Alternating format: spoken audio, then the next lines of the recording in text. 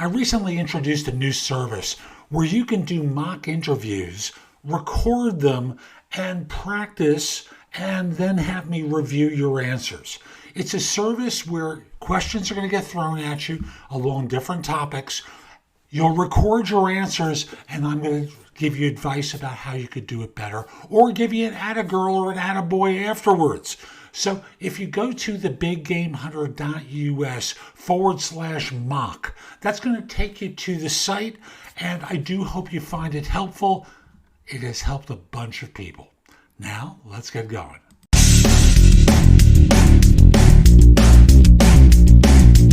Episode 2170. Woohoo! Of No BS Job Search Advice Radio. This is Jeff Altman, the Big Game Hunter, and welcome to the #1 podcast and Apple Podcast for job search. No show has more episodes than this one in the job search category, and today's show is about reducing your risk in your job search and in your career. Hope you enjoy the interview I do with Tina Everett. Hope you give it an honest review wherever you listen to the show. It's under 30 minutes in length. It is a good interview, and we'll be back in one moment. Whenever I talk about flex jobs, I want to do the old music from Batman. Flex jobs. Okay, I'll spare you the singing and just say Flex Jobs is a site with flexible employment opportunities throughout the United States. You know, it's a paid service, but it's a very good service for lots of different types of work. So use the link in the show notes. Check out Flex Jobs. Make your own decision about its value to you. I think you will find it very helpful if you're looking for flexible employment. And we'll be back in just one moment. So my guest today is Tina Everett. Tina is a certified career coach and counselor, licensed mental health professional, and the host of the Confident Careerist podcast. Tina speaks directly to purpose-driven students and professionals about how to find clarity, gain confidence, and build momentum toward creating a brighter future. Tina, welcome. Thanks for coming on. Thank you, Jeff. It's a pleasure to be here. Good morning. Good morning. Now, folks, we're going to talk about minimizing risk today and a bunch of other stuff too, but this is our launch point for the conversation. And I got to say, we all know that changing jobs, changing careers involves a certain amount of risk. How does someone, when they're in panic mode, oh my God, I'm going to change jobs, I'm going to leave the confines of mommy or daddy employer and go someplace else, how do they minimize the risk that they feel of the change? Great question, Jeff. How do we minimize risk and maximize success? Right? Oh, that too. Yeah, get to where we're going. So something to keep in mind, I think, is that employees and employers, they're both concerned about risk. So for the employer, it's the risk of losing a lot of money if a new hire doesn't work out. And for the job seeker, the risk is often a fear of failure. So you want to avoid being a hiring risk and setting yourself up to fail. There are also bad employees and there's bad employers. So if you want to avoid being that disgruntled employee who works for a company that doesn't meet your expectations, you have to learn how to minimize your risks and create a no-fail, what I like to call a no-fail job search. And the way you do that is you design a purposeful job search. Ooh, a purposeful job search. How do you define a purposeful job search? I define a purposeful job search by really knowing who, with a capital WHO, who you are and the value you offer an employer. So you can target the companies that you want to or you'd like to work for and set your job search strategy. So there's 3 steps really. Like step 1 is set a strategy, have a job search plan. Step 2 is get focused, do your research, and have a targeted company list. And make sure that your marketing materials are up to date and relevant to the 21st century. And step 3 is build your network. Take the time to create a system for building and for maintaining strong professional relationships. It is essential for not only a successful job search, it's also necessary for career development and advancement. And also consider where you're starting from in your life and in your career. If you're looking for a new job or changing your career, there are most likely other things in your life that require your time and your energy. So you may have to reprioritize some of those things to be able to focus your attention on the changes that you want to make in your professional work life. Wow. So you have to make sure that you have the tools, Jeff, right? The resources, the support, and the strategies that are necessary to minimize the risks and maximize your success. And I want to add in one extra thing on top of that, and that is the courage that when the pressure is on during the process and you're interviewing with someone and they're doing parameter testing, you know, an employer who says, you're going to have to wear a lot of hats around here. That's my new favorite one. You have to wear a lot of hats, which is a signal as we're understaffed and you're going to have to do a bunch of stuff. You're okay with wearing a lot of hats, aren't you? I'm not so sure about that. Or that you know what your value is because you've done the research in advance, and they're saying, would you take $15,000 less? Or this job that involves, and one of the issues to me always is that everyone exaggerates during a job search. People exaggerate their capabilities. Employers never tell you about the last 4 people who sat at their desk and why they left. And if you've got a third-party recruiter who's representing you and them, the best ones are only the ones who are the messengers of the exaggeration. They're not adding their own to the equation. So we've got a lot to cover. So on that number 1 thing that someone needs to do, repeat what it is again. Yes, step 1 is simply to set a strategy and to have a job search plan. So how does someone develop a strategy and build a plan? Well, it starts with knowing who you are and what you're wanting to target. You know, what is the role that you're wanting to have and where do you want to work?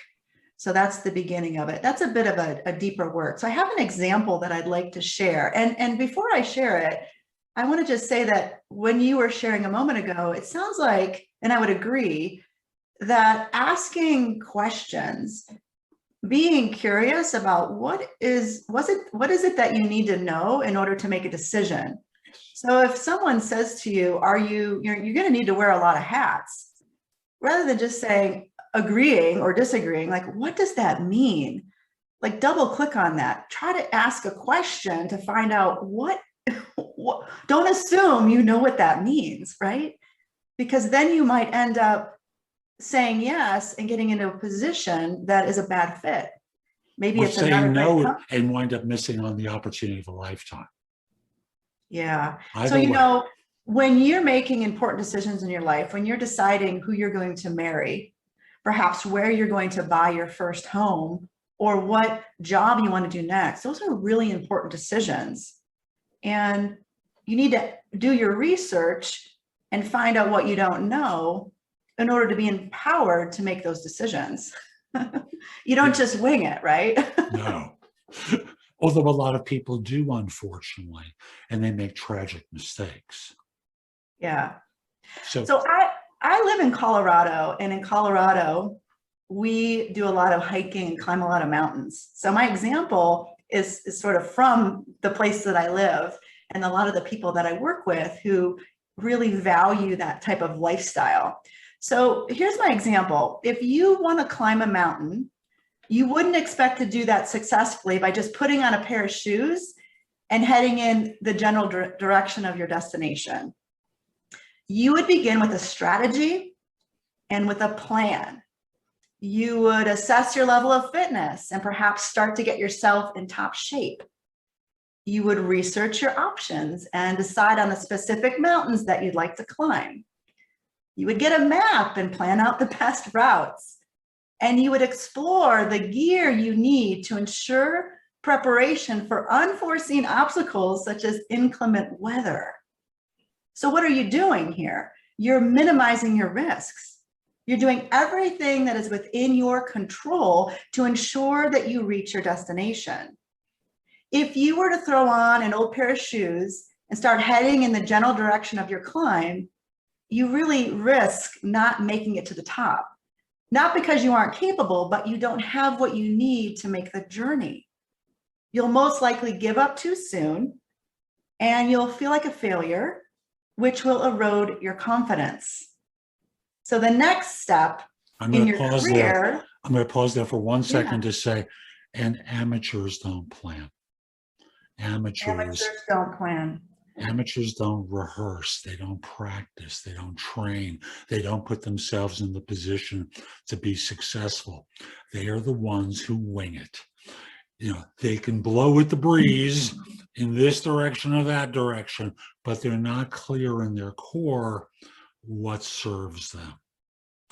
And that's really the starting point about what's most important to you in this next job or organization.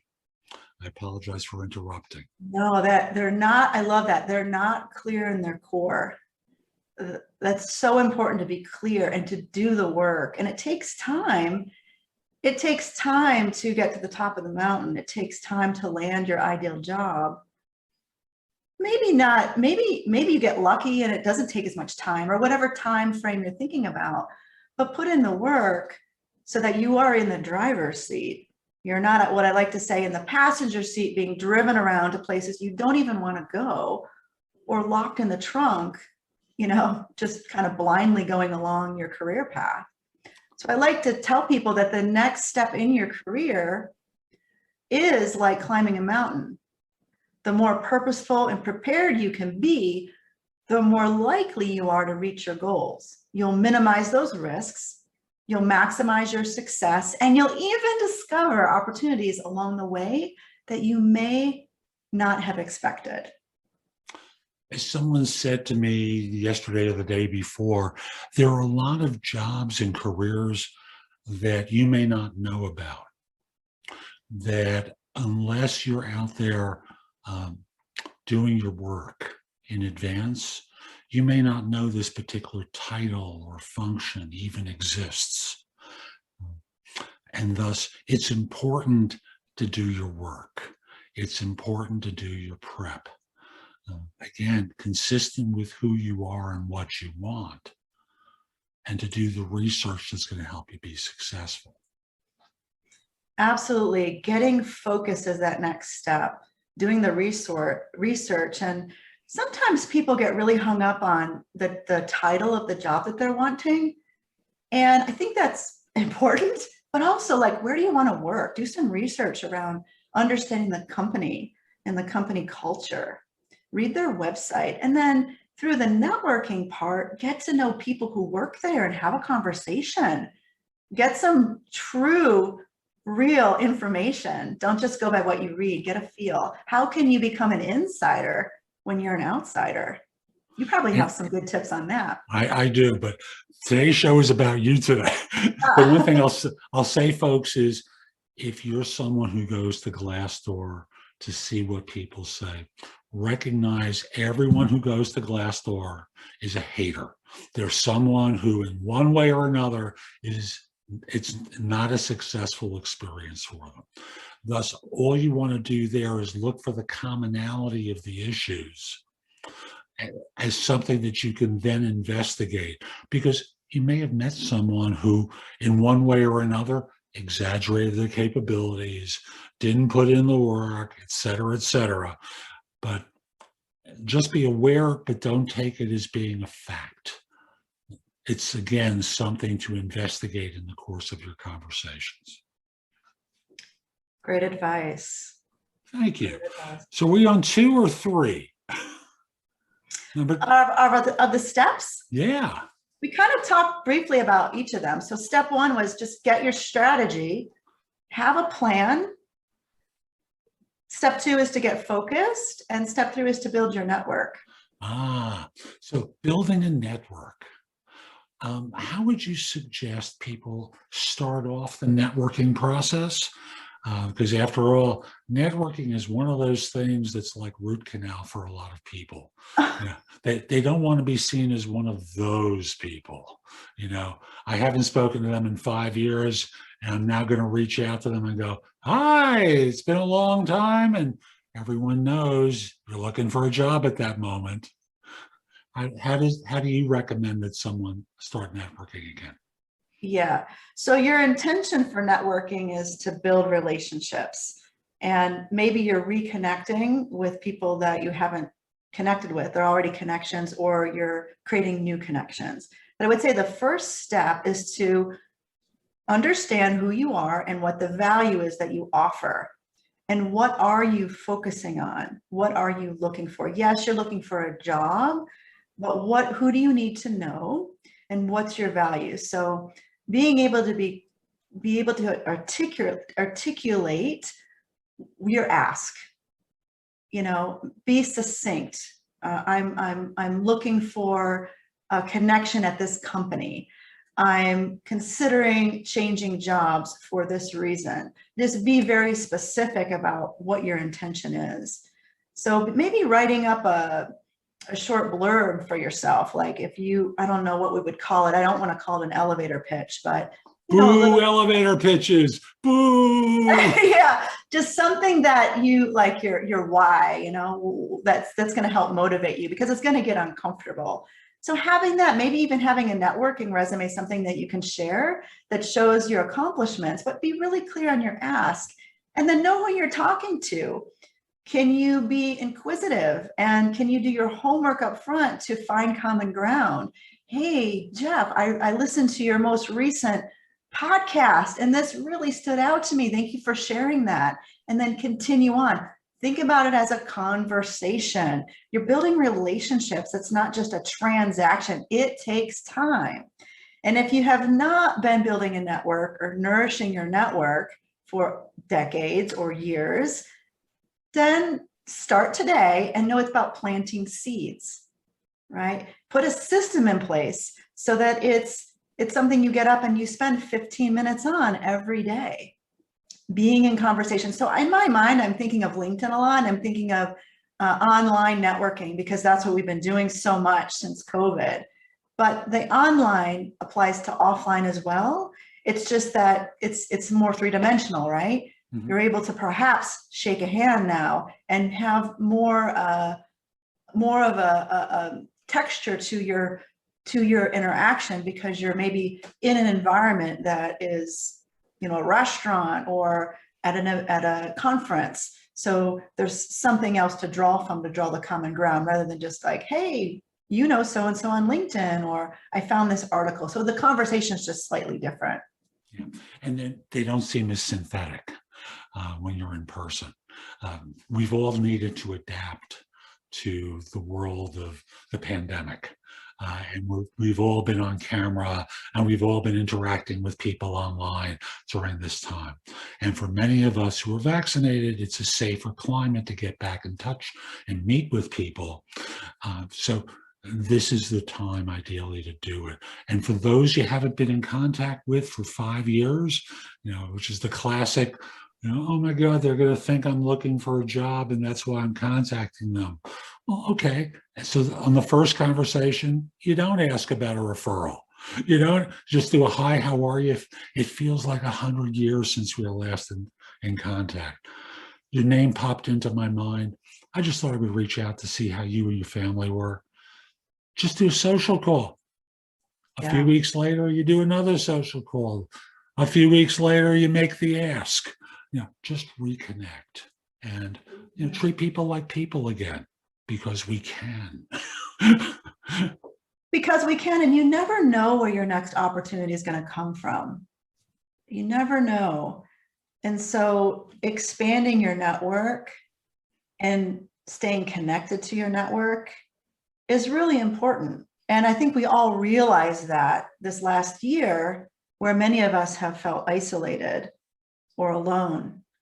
So there's a lot of different ways to build your network. And I think that I hear a lot from my clients that it's the one thing that they regret early in their career, including myself, that if I understood the importance of that and I knew how to do it, it really would have helped me with my career development and my advancement.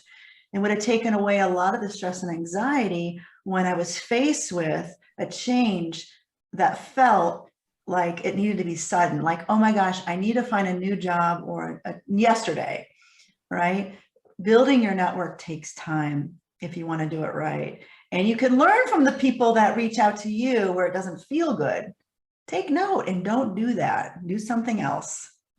How would you like to be reached out to? How would you like someone to connect to you? Whether online or in person, I always believe you do it as one human being to another, not as one transaction leading to another transaction. A previous guest of mine likes to be a connector for other people. So people come to her to be connected with someone else. You can be a connector for people because they need help just like you need help. You know people that they don't. And by the way, the job search statistics for years is that 70% of positions were filled as a result of networking, and 70% of the 70%, or 49%, come as a result of introductions to people you network knows you don't. That's going to be true of them reaching out to you. So be that connector for other people so that they trust you again, because if there's been a gap,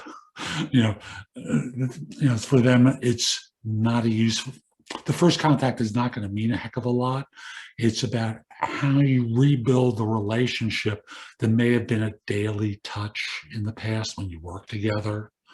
Or, I know someone who got a job because of their cleaning person, of all ridiculous things. It's a great story, but the cleaning person became aware that this guy was looking for a job. And her husband was the president of a bank, and she did this in order to maintain humility. You never know.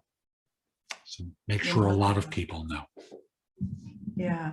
I like to say, explore all of your possibilities, remain open to planned happenstance to help you forge a path forward with clarity and with confidence. Now, let's get back to this risk thing here for a second. So it comes to the point where you're going to make a decision about an offer, and you followed the plan, and you got 2 offers, and now it's, okay, what do I do? The money's the same, the opportunities are really good. Any suggestions you have for people minimizing the risk of making the thing they fear most? Oh my God, I made the wrong choice. Yeah, that fear of failing, or the grass wasn't greener on the other side. Well, consider a position analysis. This is something I take my clients through, and it really does start with getting clear about what are your requirements. Those are the things that are non-negotiable. What are the things that you need in order to be satisfied and happy? Those are things that are negotiable. And what are the wants? That's icing on the cake. You don't necessarily need it to be happy. And that might help you discern more of which one's going to be a better fit. And then also making sure you've done your homework, where you have a real felt sense of, is this a good match? Some people value the culture of the company. If they really want to be in a role where there's a ton of support and collaboration, that might trump the salary. So know what it is for you and know what the risks are. So a different analogy is like, I was out on my bike yesterday, and before I went on I planned, I'm going to do a bike ride today. I have a 2-hour window. This is what I love to do to recharge during the workday. I'm very lucky I can do that, but it was about to rain. And I said to myself, well, what's the risk? What's the risk if I get on my bike and it rains on me? Well, so I'm cold and uncomfortable and wet for an hour. Big deal, right? Now, if the risk was that I go out on my bike and it rains and I lose all my savings, that's huge. So I may not do that. So it's finding a way for you to do a position analysis and discern, kind of predict the outcome and weigh the risks. I started to tell people recently, there are three parts of the body to pay attention to: head, heart, gut. Now, when you're not sure that's the head talking, what do you do to calm the mind down so that it doesn't have to feel that fearful? Your heart, well, that one I'm not going to help with. Everyone has a place in their heart where perhaps you'll fall in love with a job. And you have to just be aware of the other two parts of the body to make sure that they're comforted too, while your heart is going, I really want to work for her. I really want to work for him. But the money's too low and the work environment's too ugly. It's an old building and the bathroom was disgusting when I went there. There are lots of things that show up that you have to pay attention to. And, you laughed, and it is part of where you're going to go to work. So it's all this kind of stuff you pay attention to and see what you can do to calm those parts down, or say, thank you. That was a great intervention to help me avoid a catastrophe later on. Whichever it is fine. It's just the idea that you want to listen to it and then sort it out. Listen to it and sort it out. If you know that you don't want to travel for work 3 weeks out of the month, and you accept a position where you're traveling a lot of the time, it'll end up being an unsolvable problem. Like you'll be, oh, this is great, I'm getting X amount of money, but you didn't listen to what the requirement was. It's not going to work out long term. You thought, oh, so a lot of times we get attached to the idea of something, even in our relationships. I like the idea of working on the penthouse level and having a corner office. I get attached to the idea of being in this amazing relationship. But if we don't do the work to understand all of the details of that and really discern, then the risks go up, or it's sort of blind. We hope it'll work out. So it's that felt sense. How do you want to feel in this position? How do you want to feel in these relationships, all the different relationships you have with work, the relationships with the environment, the relationships with your coworkers, the relationship with the role and the tasks that you're doing, all those things. What is your relationship with all that? And is that going to serve your needs and support your life, your lifestyle? Tina, we've got a limited amount of time here, and I know you've got a schedule. What haven't we covered yet that we really should? Well, I think maybe before you would go into a purposeful job search is make sure that you do the work to really get clear on the direction that you want to go. And if you want to learn more, I do have a brief, I think it's a 45-minute audio training, how to figure out a clear direction for your career path, where you'll learn 3 strategies to help you find that clarity and that confidence and prepare you for building a career, and a life you love. So don't skip out on that important work. I'll have a link to that in the show notes, folks, so that this way you can go there, sign up, do the download, and listen to Tina do some more work. Beyond that, is there a way that you'd like people to connect with you if they have questions? They can go to my website, Tina, spelled T-E-E-N-A, Evert, EVERT.com. Fabulous. Tina, thanks for making time today. And folks, so that's today's show. I hope you found it helpful. And if you did, here are a few things I can do to help you with your job search beyond simply being your coach.